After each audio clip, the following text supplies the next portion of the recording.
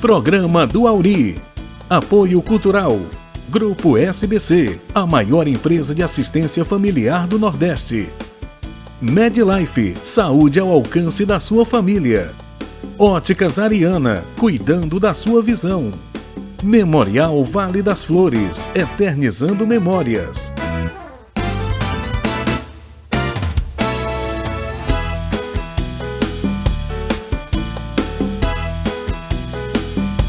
Programa do Auri.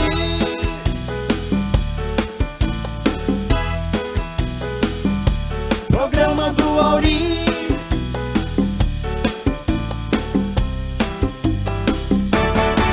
Programa do Auri. Olá, comunidade, boa noite. É uma alegria imensa estar mais uma vez com você, fazendo o programa do Auri, sempre, toda noite aqui na TV Metrópole, canal 16.1, e aqui é na telinha aí dentro da sua casa. É um privilégio enorme para nós estar junto com você toda noite, trazendo as melhores personalidades do nosso estado, para bater papo, um papo legal com a gente aqui, com essa turma boa na música, trazendo a boa música para a gente.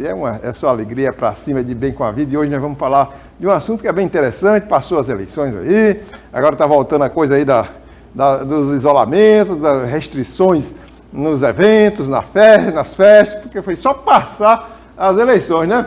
Mas vamos falar disso agora, falar um pouquinho de eleições aqui com um cientista político, nosso companheiro que já esteve aqui antes com a gente. Vem falar um pouco desse momento pós-eleição aí, nosso querido Luiz Cláudio.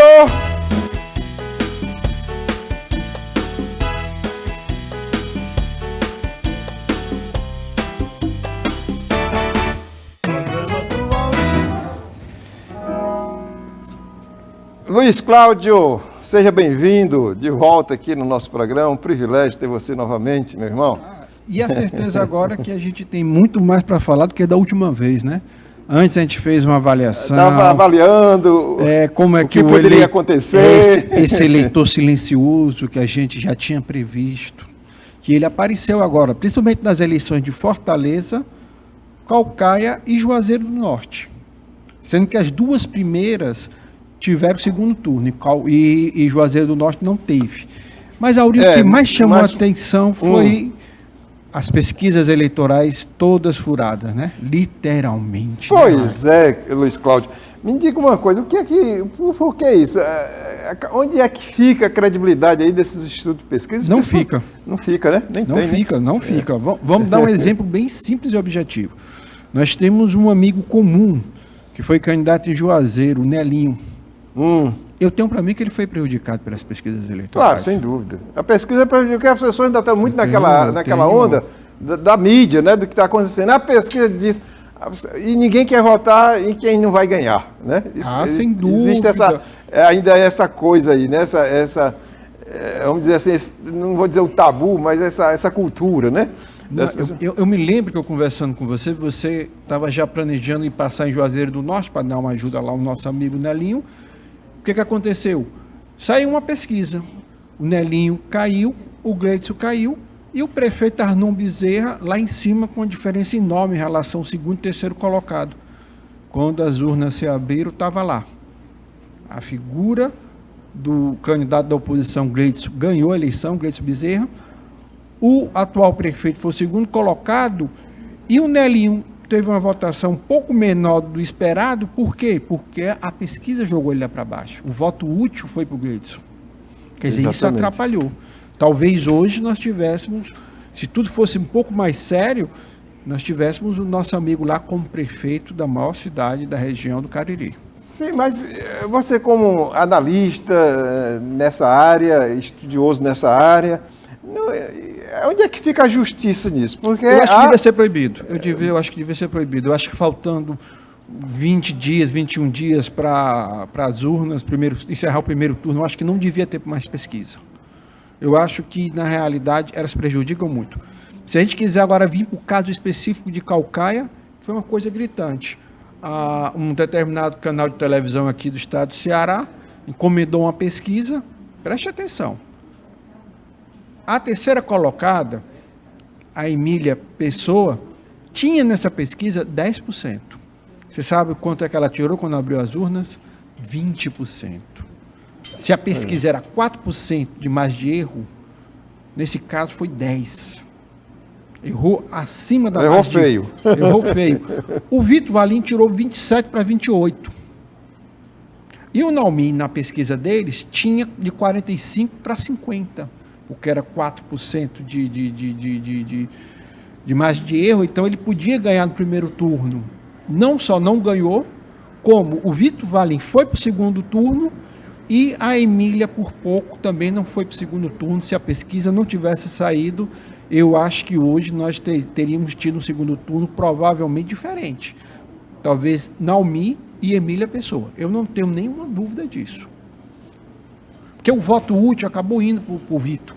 Quer dizer que na sua análise, na sua visão, a pesquisa atrapalhou a Emília A pesquisa muda a cabeça das pessoas com relação ao voto. É porque é o seguinte, você pega uma região metropolitana como Caucaia, automaticamente o eleitor diz, o Vitor tem mais chance de tentar derrotar o Naumi do que a Emília. Eu vou mudar de voto.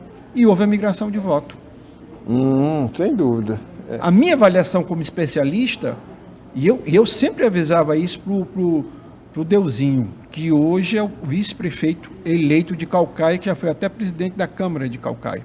Eu disse, Deusinho, a Emília e vocês estão praticamente tete a tete, estão muito próximos, não existe essa diferença dessas pesquisas que estão saindo. Ele às vezes concordava e às vezes discordava. Natural, né? Porque quando beneficia a nossa chapa, a pessoa automaticamente quer que aquilo se concretize, sabe? Sei. E quando houve o segundo turno, o que me chamou mais atenção foi a capacidade do Vitor Valim trazer a Emília, isso também, indiscutivelmente, com a ajuda do prefeito eleito de Maracanaú, Roberto Pessoa, mas o mais interessante, o ponto-chave da eleição de Caucaia se chama Natécia. Natécia? Natécia. Porque os votos da Emília Pessoa são votos com a tendência já oposicionista. Elas iriam quase que, não naturalmente, mas em boa parte, para o Vitor. Já iria para ele. Agora, a Natécia não. A Natécia era um voto governista, que tirava do Naumi. A vinda dela, na minha avaliação, foi primordial para o Vitor. E quando as pessoas escutam isso, tomam um susto. Eu digo, não, a Natécia, ela tem uma coisa muito interessante. Ela tem uma facilidade de ser reconhecida pela população mais pobre de Caucaia. E ela é uma liderança. Isso aí eu não tenho dúvida sobre isso. O grande dilema do Vitor agora é tentar reorganizar a cidade após esse ciclo de pandemia, né? Porque o comércio de Caucaia sofreu. Como qualquer cidade sofreu. A arrecadação vai ser menor, né, Auri? Sem dúvida, né? A dependência dos recursos federais e estaduais também vai ser enorme. E outra coisa, uma coisa que eu sempre discuti com você, Auri. Caucaia é uma cidade turística. O turismo tem que ser revisto aqui nessa cidade. Pois porque Luiz Cláudio, que os políticos, os prefeitos, os políticos, eu falando de político, não é só o prefeito, né? Porque uma prefeitura existe uma equipe, né, de políticos que faz um trabalho, não é um prefeito que vai resolver tudo. É uma equipe que põe projetos na mão do prefeito e ajuda o prefeito a construir isso. Por que ele não se preocupa com esse lado aí que é o que geraria mais segurança financeira para uma administração pública como essa aqui, mais renda para a população através de emprego? Porque você sabe que o turismo é um gerador de emprego. Eu acho que Por que eles não têm esse interesse? O que é que faz que não existe esse interesse? Existe um sistema, existe algum tipo de esquema que tira do político essa vantagem? É o político que não gosta mesmo de ver a população crescer, prosperar? Será se faz mal a eles? Como é que é isso aí, hein? Como é que você vê isso aí? Eu acho que tem 3 pontos importantes. Primeiro, Auri, a diminuição dos cargos comissionados. Eu acho que uma cidade como Caucaia, no mínimo 1/3 dos cargos comissionados tem que ser extintos. Porque é um recurso, às vezes, que vai, porque existe uma relação entre o executivo e alguns vereadores e algumas lideranças comunitárias, sabe? E acaba esse recurso sendo muito mal gasto e sem necessidade, porque não melhora o serviço público. Eu acho que qualquer prefeitura do Porto de Caucaia, vou dar o exemplo, Porto Alegre, São Paulo e Rio de Janeiro, principalmente Rio de Janeiro e Porto Alegre, já avisaram que vão cortar 40% dos cargos comissionados. Dentro desse primeiro ponto, tem um ponto adjacente. Qual é? Tem que rever todos esses contratos com empresas terceirizadas. Eu acho também outro ponto que eu acho que o Vitor Valim tem que se sentar e ver como é que vai fazer. O segundo ponto, a Guarda Municipal de Caucaia. Literalmente, ele vai ter que fazer um bom investimento, porque tem áreas em Caucaia onde se tem a ideia de trazer o turismo de volta, por exemplo, vamos lá no Icaraí, Cumbuco, tá entendendo? Trazer residenciais para as pessoas de Fortaleza vir morar aqui, precisa de segurança. E uma guarda municipal armada. Não tem como correr disso. Armada. Isso, sem dúvida, traria uma certeza de muitos comerciantes abrirem as portas e retornar a investir nessa área. E o terceiro ponto, porque eu falei da Guarda Municipal, já falando um pouco sobre turismo, é ele colocar uma equipe muito capacitada na área de recuperação do turismo na cidade de Caucaia. Porque traz dinheiro, né? Turismo traz dinheiro, não tem para onde correr. Pois é, e o governo federal hoje está trabalhando muito nessa área do turismo, apesar de tudo, de todos os problemas, a gente vê que há um empenho muito grande do ministro do Turismo de evoluir o que já foi feito, melhorar tudo, e eu acho que falta a visão dos administradores municipais, dos prefeitos, digamos assim, de buscar esses recursos, né, que existem recursos federais para ser investido no turismo, principalmente em cidade como Caucaia, né, como Fortaleza. Aí você tem que contratar uma equipe muito bem qualificada, que saiba fazer projetos, porque Brasília é projetos, Auri. Se você não tiver uma boa equipe de projetos no município, fica difícil.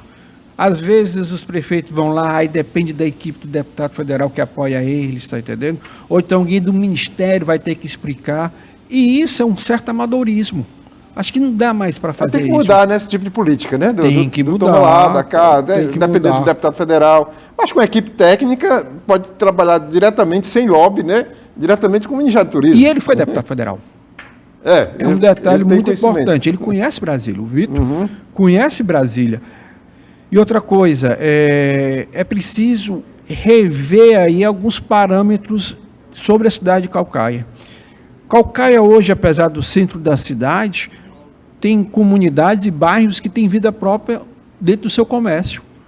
Hoje, por exemplo, quem mora nessa região aqui, onde nós estamos gravando, não necessita ir para o centro, né? Não. Aqui Jurema hoje né? Tanto que já foi cogitado aí, a questão de desmembrar aí, né? O problema de Jurema é que, como ela fica muito vizinho à sede, dificilmente passaria isso, mas não em termo populacional. Populacional já existe toda a estrutura para se fazer um município. E, sem dúvida, a Auri demonstra que o Vitor Valim, junto com o prefeito de São Gonçalo, podem fazer um trabalho também muito próximo em relação ao Porto de Pecém, né? Que é outro local também que entra recursos para esse município. Por exemplo, uma coisa que me chama a atenção, a Prefeitura de Caucaia não tem um escritório no Porto de Pecém. Eu acho isso uma falta de bom senso. Eu acho uma coisa que tem que ser pensada. Como também, eu acho que a gente tem que pegar as boas experiências dos municípios como Eusébio, o próprio Maracanaú, e colocar aqui dentro. Porque nós precisamos analisar que Caucaia pode ser um atrativo para uma parte da classe média de Fortaleza que deseja morar numa região prazerosa e gostosa como é o município de Caucaia. E sem contar com o atrativo também do turismo nacional e até internacional, né? Isso aí é verdade. Pois é, meu irmão, vamos fazer um pequeno intervalo, a gente retorna já, ok, Luiz Carlos? Com certeza. Maestro Júnior Verusca.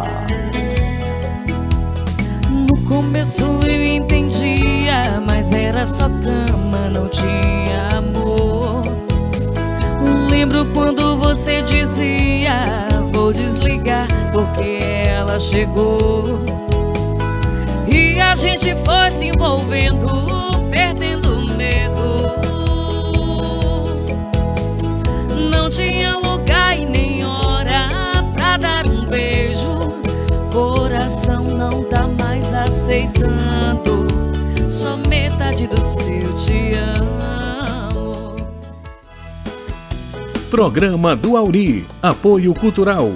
Grupo SBC, a maior empresa de assistência familiar do Nordeste.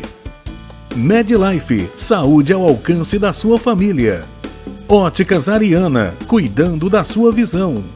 Memorial Vale das Flores, eternizando memórias.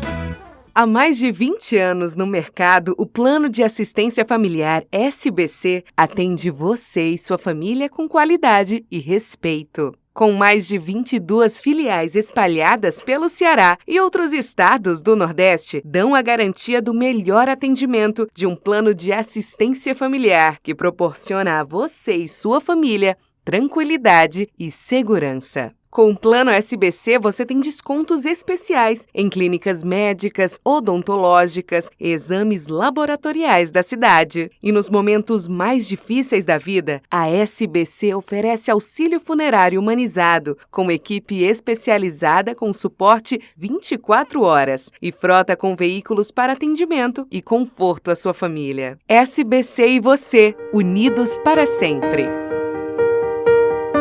As Óticas Ariana faz tudo para você. Aproveite essa oportunidade e faça seu exame de vista grátis na compra de seu óculos de grau. Exames laboratoriais digital com equipamentos de última geração. Ligue agora 3311 9799 ou pelo WhatsApp 989 32 28 24. E para seu conforto, disponibilizamos um carro que vai pegar e deixar você em sua casa. Você ainda pode pagar seus óculos no cartão ou no carnê, em até 8 vezes sem juros. Não fique fora dessa oportunidade. Óticas Ariana, levando sempre as melhores opções para você. O Grupo SBC traz até você o mais novo empreendimento, que é o Memorial Vale das Flores. Proporcionando dignidade a todas as famílias nos momentos mais difíceis da vida. Você pode adquirir o plano memorial de 5, 10, até 15 ocupações.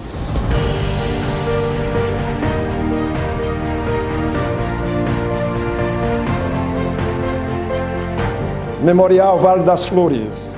Eternizando memórias.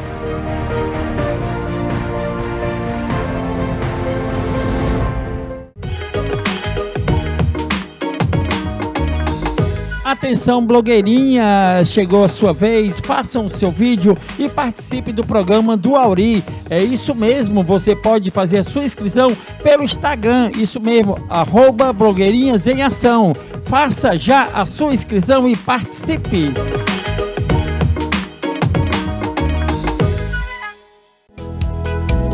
É uma ciumeira atrás da outra, vê que divide seu corpo e a sua boca. Tá bom que eu aceitei por um instante, na verdade é que amante não quer ser amante. É uma ciumeira atrás da outra, vê que divide seu corpo e a sua boca. Tá bom que eu aceitei por um instante, na verdade é que amante não quer ser. É isso aí, pessoal, de volta, o programa do Auri aqui com o Luiz Cláudio, nosso homem que entende da política e está bem atento mesmo, é estudioso, ele está sempre disposto a colaborar também aqui no nosso programa, né, com suas ideias, com o seu conhecimento, né? Mas, Luiz Cláudio, vamos falar assim, um pouquinho de Fortaleza, né? Fortaleza é uma cidade também, assim, depois que passa, parece que é tudo normal, mas a princípio, né, quando foi lançado o Sarto é um político antigo, né, vários mandatos, foi vereador, vários mandatos como deputado estadual, presidente da Assembleia, mas é aquele político desconhecido, né? Então, assim, na visão geral, nossa, um candidato a prefeito de uma cidade como Fortaleza, né? Teria que ser uma pessoa mais próxima do povo, mais conhecida.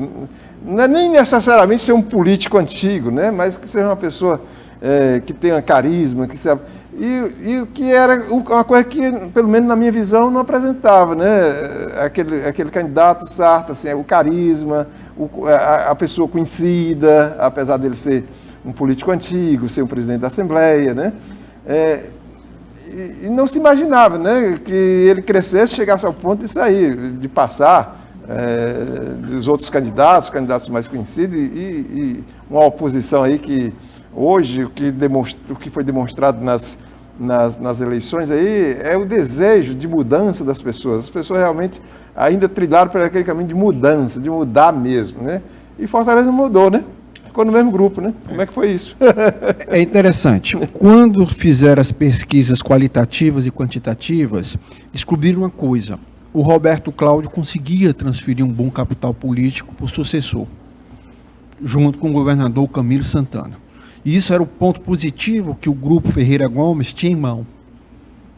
Eu não tenho dúvida que Ciro Gomes, Cid Gomes, já tinha uma candidatura dentro do colete. Se chamava José Sarto. Uhum. Eles chegaram para o prefeito de Fortaleza e disseram: olhe, você provavelmente será o nosso candidato em 2022 ao governo do estado. Por isso que você não vai fazer a indicação do seu sucessor, que era o Samuel Dias. Quando houve aquelas lives com vários pré-candidatos, eu não tenho dúvida, os dois candidatos que melhor se saíram melhor no debate foi Samuel Dias e o deputado estadual, ex-presidente da Câmara Municipal de Fortaleza, Salmito Filho.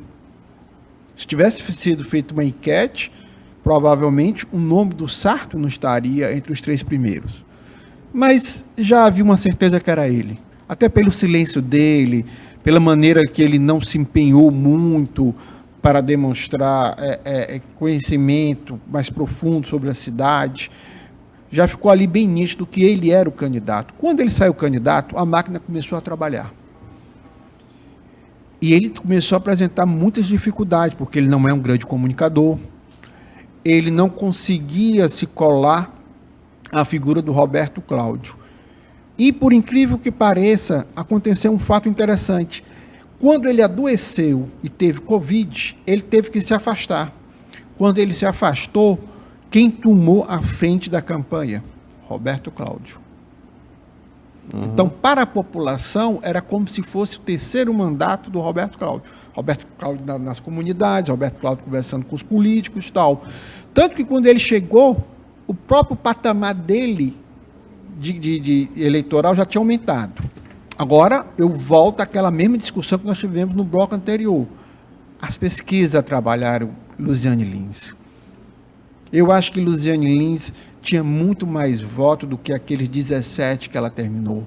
Eu acho que ela ficava na casa dos 18% a 22% dos votos. E quando o José Sarto optou pela campanha de bater nela, ali na minha avaliação, era o tudo ou nada. Você nota que a Luziane não bateu no capitão Wagner e nem o candidato hoje eleito prefeito de Fortaleza, José Sarto, se preocupou muito com o capitão Wagner. A ideia dele era literalmente desmontar Luziane Lins. Funcionou. Agora um preço muito caro, né? Que é ao ponto tal que quando ele chega ao segundo turno, com uma diferença mínima em relação ao segundo colocado, que é o próprio capitão Wagner, a gente esperava que houvesse no segundo turno uma votação maciça de Luziane Lins a favor de Sarto.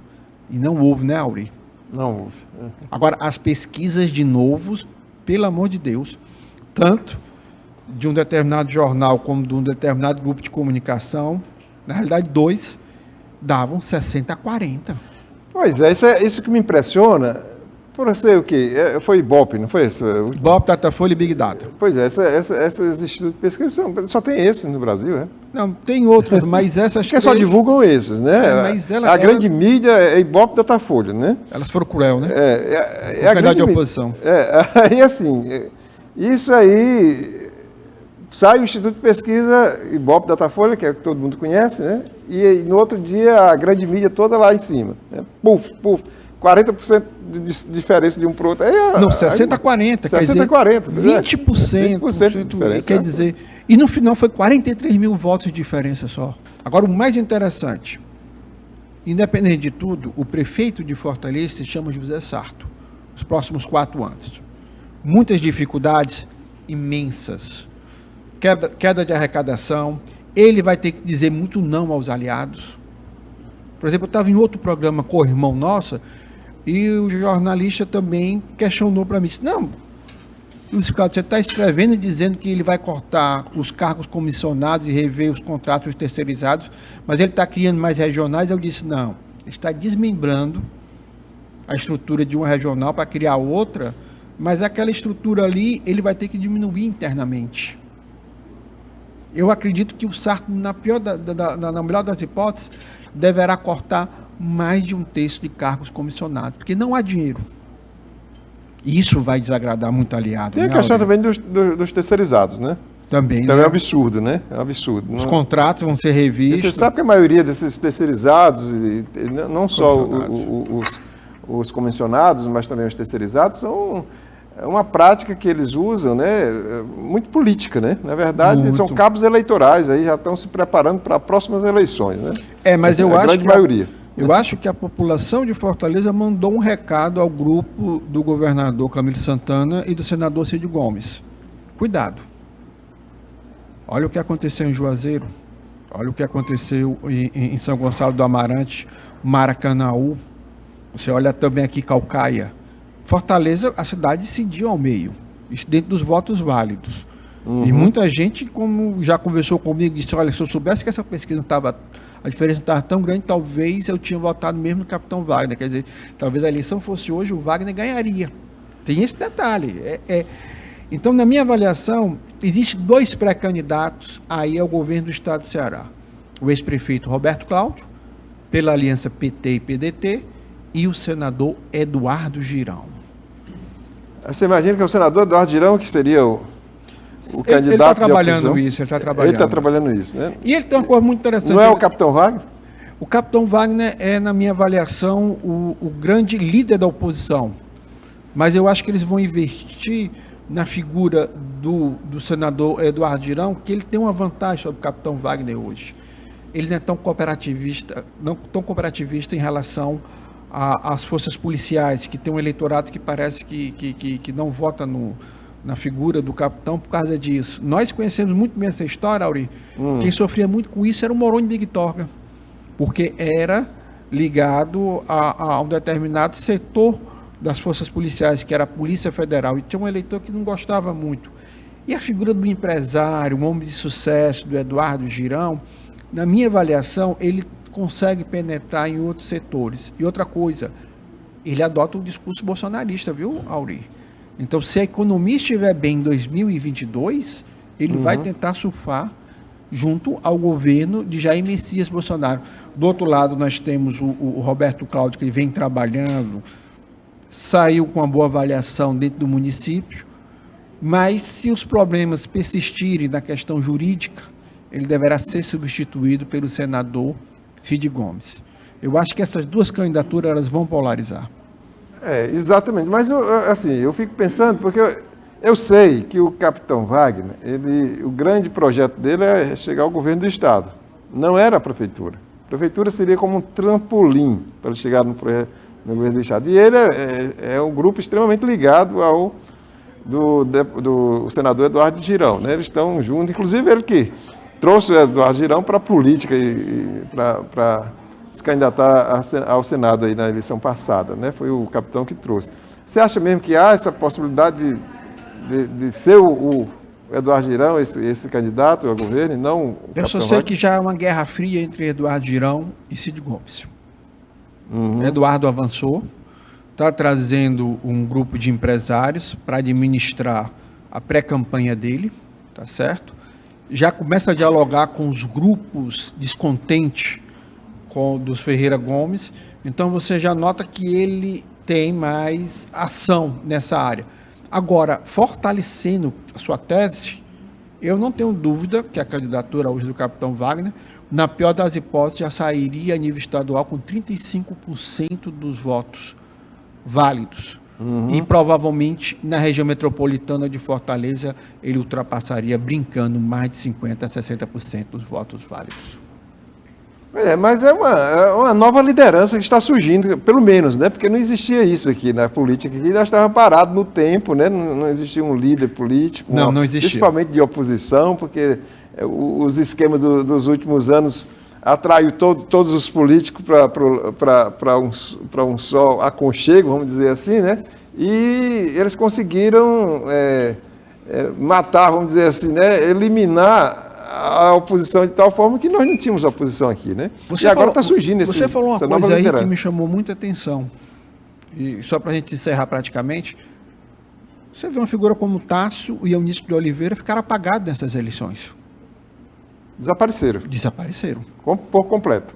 A figura do nosso amigo e querido amigo Lúcio Alcântara também, literalmente também, se apagou, entre outros. Então você já nota que a própria oposição hoje ao governador Camilo, ela literalmente não tem nenhum cacique antigo liderando ela, são pessoas novas. É isso aí, esse fator que você me chamou a atenção agora. É isso aí, meu irmão. Muito obrigado por ter vindo. Foi um prazer estar com você novamente. Já me sinto em casa. E foi bem esclarecedor aí as suas análises. Você não só me deixa muito à vontade, como também eu acredito, Auri, que toda vez que eu participo aqui, eu vejo lá fora como você é bem quisto. Muita gente vem conversar comigo, pergunta como é que você é pessoalmente. Eu digo, rapaz, é uma pessoa afável. Tá entendendo? Só perde pro Praciano. Luiz Cláudio, muito obrigado, meu irmão. Eu que agradeço. Obrigado, sucesso para você sempre e volte sempre aqui. Nós estamos sempre de portas abertas para você, ok? Maestro Júnior Verusca Martins, contatos. Você liga 986054472 e agenda seu evento para janeiro. Em dezembro já está fechado. Show de bola. Entre em contato pelo 88994437012 ou fala com o Maestro Júnior, né? Em janeiro, né, Maestro? É isso aí, pessoal. Eu sou grato, muito grato mesmo pela seu carinho, a sua audiência sempre, toda noite aqui na telinha da TV Metrópole, canal 16. Estamos juntos sempre. Muito obrigado. Durma bem, sonhe com os anjos. Até a próxima. Momentos de amor, quero com você. Momentos eternos, pra nunca esquecer. Se você me ama, me leva pra cama. Acende essa chama de amor e querer. Só nós dois e nosso ninho. Testemunhas para quê? Nossos corpos coladinhos, suadinhos de prazer. Amor, me leva mais de mim o que quiser. Me usa, me abusa, pois o meu maior prazer é ser tua mulher. Amor, me leva mais de mim o que quiser. Programa do Auri. Apoio Cultural. Grupo SBC, a maior empresa de assistência familiar do Nordeste. Medlife, saúde ao alcance da sua família. Óticas Ariana, cuidando da sua visão. Memorial Vale das Flores, eternizando memórias.